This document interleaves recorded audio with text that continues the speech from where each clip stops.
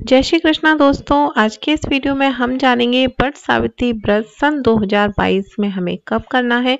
वट सावित्री व्रत की कथा, पूजा विधि और शुभ मुहूर्त क्या है। तो चलिए सबसे पहले हम वट सावित्री व्रत क्यों करते हैं ये जानेंगे। वट वृक्ष का त्योहार सुहागिन महिलाओं के लिए बेहद खास होता है। इस दिन महिलाएं अपने पति की लंबी उम्र की कामना करती हैं। हर साल यह त्योहार ज्येष्ठ मास की अमावस्या तिथि को मनाया जाता है।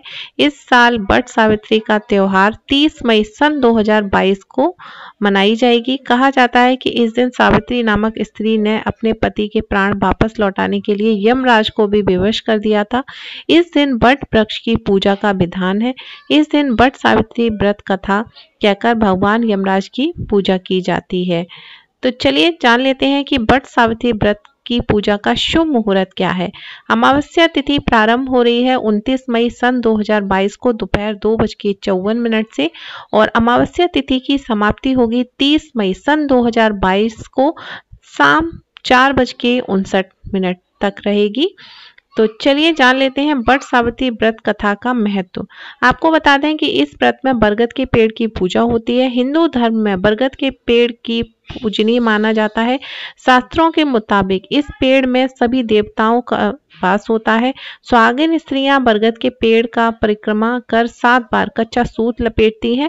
बरगद के पेड़ की आराधना करने से सौभाग्य की प्राप्ति होती है। कहते हैं कि इस व्रत को रखने से महिलाओं को अखंड सौभाग्य की प्राप्ति होती है। अब हम जानेंगे पूजन के लिए हमें कौन कौन सामग्री की आवश्यकता है। तो इसके लिए हमें वट वृक्ष की पूजा करनी होती है। चाहे तो आप वहां पर मूर्ति रख लें या फिर आप इस तरीके से ऐपनवारी से मूर्ति पेड़ पर ही बना सकते हैं। साथ ही आपको पूजा के लिए जल, मौली, रोली, कच्चा सूत, भिगाया हुआ चना, फूल, सत्यवान सावित्री की मूर्ति जो हम बनाएंगे वो, बांस का पंखा, लाल धागा, मिट्टी का दीपक, धूप और 5 फल जिसमें लीची अवश्य होनी चाहिए। वट सावित्री व्रत पूजा विधि। जल से वट वृक्ष को सींचकर तने के चारों ओर 7 बार कच्चा धागा लपेटकर 7 बार परिक्रमा करनी चाहिए। साथ ही पंखे से वट वृक्ष को हवा करें।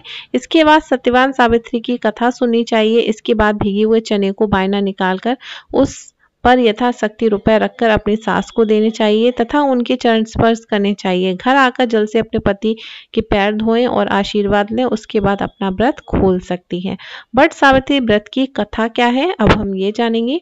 बद्र देश के राजा अश्वपति ने पत्नी सहित संतान के लिए सावित्री देवी का विधि पूर्वक व्रत व पूजन करके पुत्री होने का वर प्राप्त किया।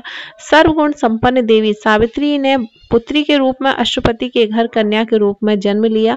कन्या के विवाह होने पर अश्वपति ने अपनी मंत्री के साथ सावित्री को अपना पति चुनने के लिए भेज दिया।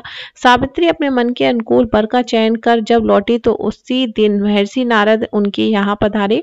नारद जी के पूछने पर सावित्री ने कहा कि महाराज, धुमतसेन जिनका राज्य हर लिया गया है, जो अंधे हो गए हैं, अपनी पत्नी सहित बनों की खाक छानते फिर रहे हैं, उन्हीं के इकलौते पुत्र सत्यवान की कीर्ति सुनकर उन्हें मैंने पति के रूप में वरण कर लिया है। नारद जी ने सत्यवान और सावित्री के ग्रहों की गणना कर अश्वपति को बधाई दी तथा सत्यवान के गुणों की बुरी बुरी प्रशंसा की और बताया कि सावित्री की 12 वर्ष की आयु होने पर सत्यवान की मृत्यु हो जाएगी। नारद जी की बात सुनकर राजा अश्वपति का चेहरा मुरझा गया।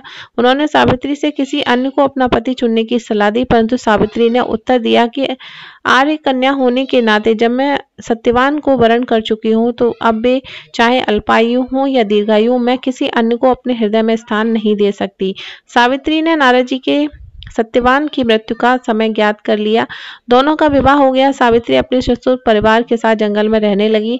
नारद जी द्वारा बताए हुए दिन से 3 दिन पूर्व से ही सावित्री ने उपवास करना शुरू कर दिया।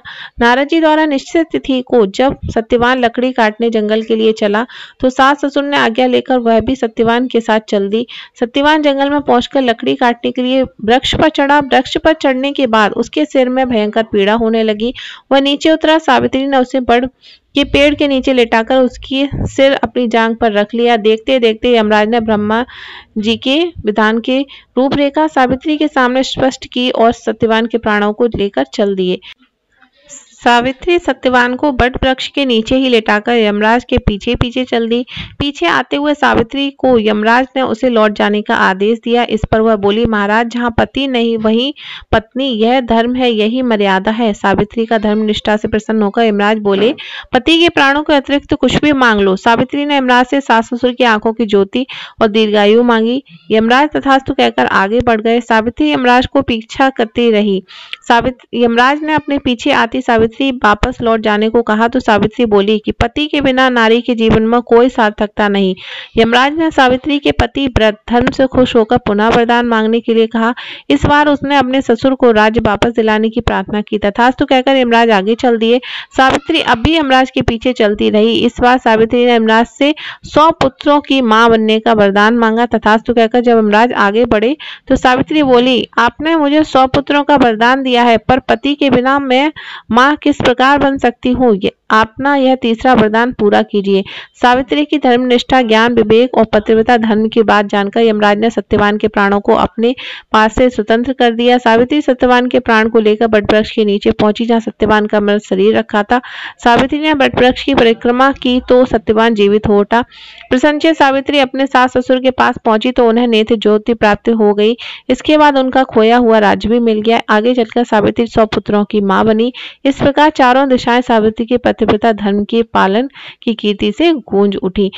तो दोस्तों, ये थी वट सावित्री व्रत की संपूर्ण जानकारी। उम्मीद करती हूँ आप सबको आज की जानकारी अच्छी लगी होगी। अच्छी लगी हो तो प्लीज़ वीडियो को लाइक, कमेंट एंड शेयर जरूर करें। चैनल सब्सक्राइब नहीं किया है तो जरूर करें। मिलूंगी आप लोगों से नेक्स्ट वीडियो में। तब तक के लिए राधे राधे, जय श्री कृष्णा।